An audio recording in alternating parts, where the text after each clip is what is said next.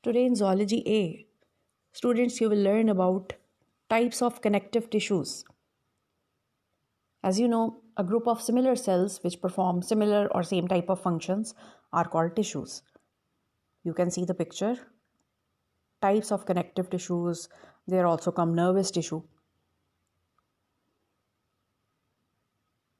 What are connective tissues? The tissues with loose arrangement of cells and the cells are scattered in an extracellular matrix or space are called connective tissues. Extracellular matrix or extracellular fluid, actually they give support to the organs and tissues of the body. This non-living matrix consists of web of fibers. These fibers are embedded in same type or homogeneous ground substance. Now what is it? This homogeneous ground substance may be liquid, jelly-like or solid. The nature of this extracellular material determines the functional properties of various connective tissues. Connective tissues, as the name suggests, it connects, binds and support other tissues. In most cases, the substance of this matrix is secreted by the cells of connective tissue. Now we will discuss types of connective tissues. The major types are adipose tissues, which these are present beneath your skin. Fibrous tissues, cartilage, which is soft tissue, bone and blood. Then pictures are shown. Loose connective tissue. They have strong flexible fibers of collagens. Collagens are protein made up of amino acids. These fibers are interwoven, that is connected with each other with fine elastic network of fibers, reticular fibers. Collagens proteins make the loose connective tissue elastic and make them an excellent binding tissue. They bind skin layer epithelia to the underlying tissues.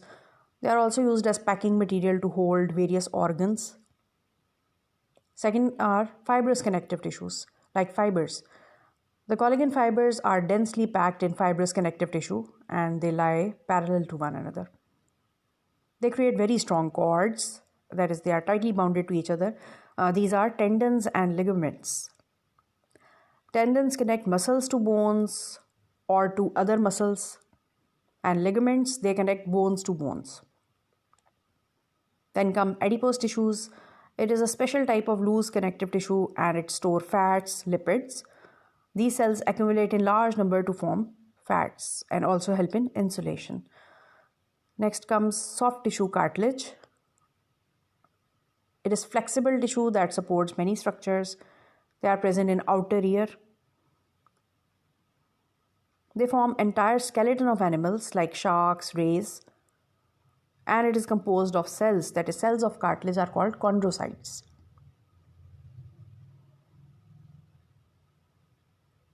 They are saying cartilage is hard tissue.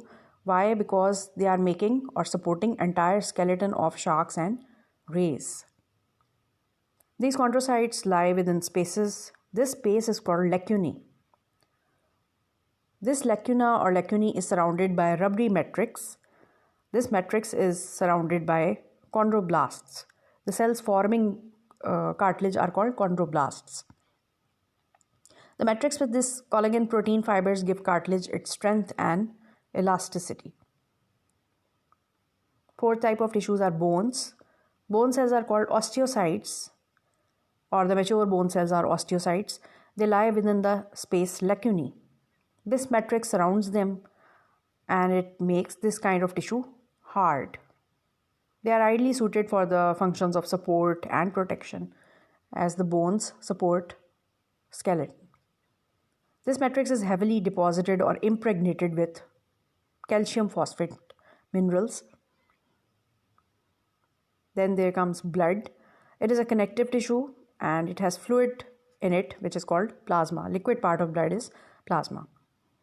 Plasma suspends red blood cells, white blood cells and blood clotting agents, platelets.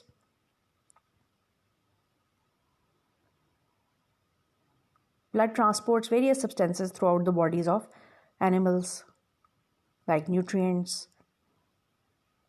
There comes muscle tissues. It is composed of excitable cells. They have ability to contract, relax. Their images are shown like skeletal muscles, cardiac muscles, and smooth muscles. Among these three muscles, skeletal muscles are voluntary. That is, they work according to our will. A large number of microfilaments are arranged in the cytoplasm of muscles. These microfilaments are composed of contractile proteins, actin and myosin. Now, there are three types of muscle tissues in vertebrate body: skeletal muscles, cardiac muscles, and smooth muscles. First are skeletal muscles.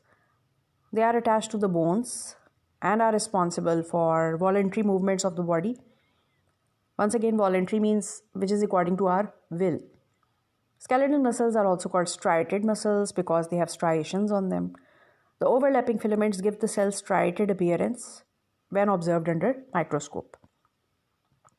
Then heart muscles, cardiac muscles, they form the contractile walls of the heart. They are striated, having striations just like skeletal muscles, and they are branched. The ends of cells are joined by some special structures called intercalated discs in cardiac muscles. Smooth muscles, as the name suggests, they are smooth, they are without striations, they lack cross striations. They are found in the walls of digestive tract, bladder, arteries, and some visceral or internal organs.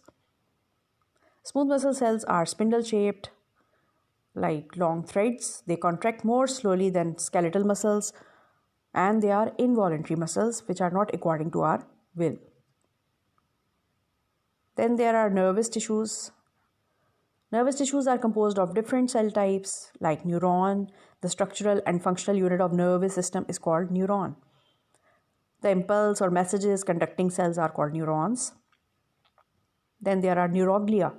The cells involved in protection, support, and nourishment to the nervous system are called neuroglia. Next come glial cells. These cells form a sheath or layer around neuron. This sheath protects, nourishes, maintains cells of the peripheral nervous system.